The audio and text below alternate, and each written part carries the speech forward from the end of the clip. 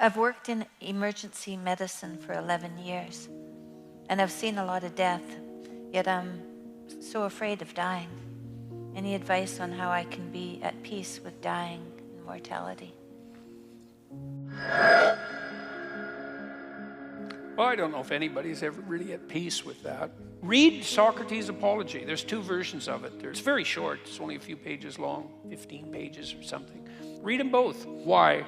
Well, because Socrates puts forward a very interesting proposition, and I don't know really what to make of it.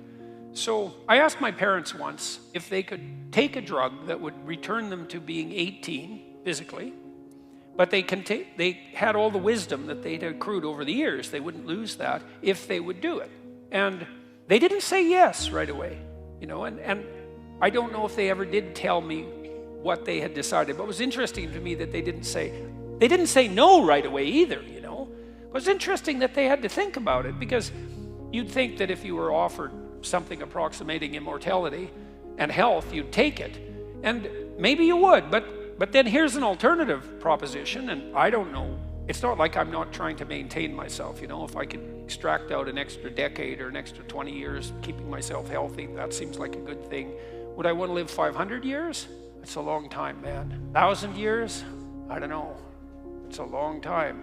But the alternative is, truncated existence with death. And that's also not particularly palatable.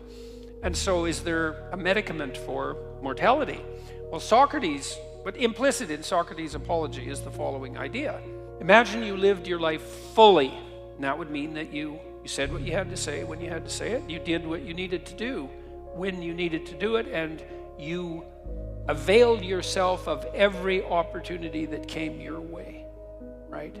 So you'd exhaust yourself in the service of your life, let's say. Maybe by the time you were old, you'd have had enough, and you could just let go. And, you do see this with people, and we kind of know this even when we grieve. Maybe you have a relative who's 95 and they die, and people are sad, but you say, well, they lived a full life, and the fuller the life, the less, in some ways, the less catastrophic the demise appears to be. And so it might be that if you fully exhausted yourself, that your life would be enough.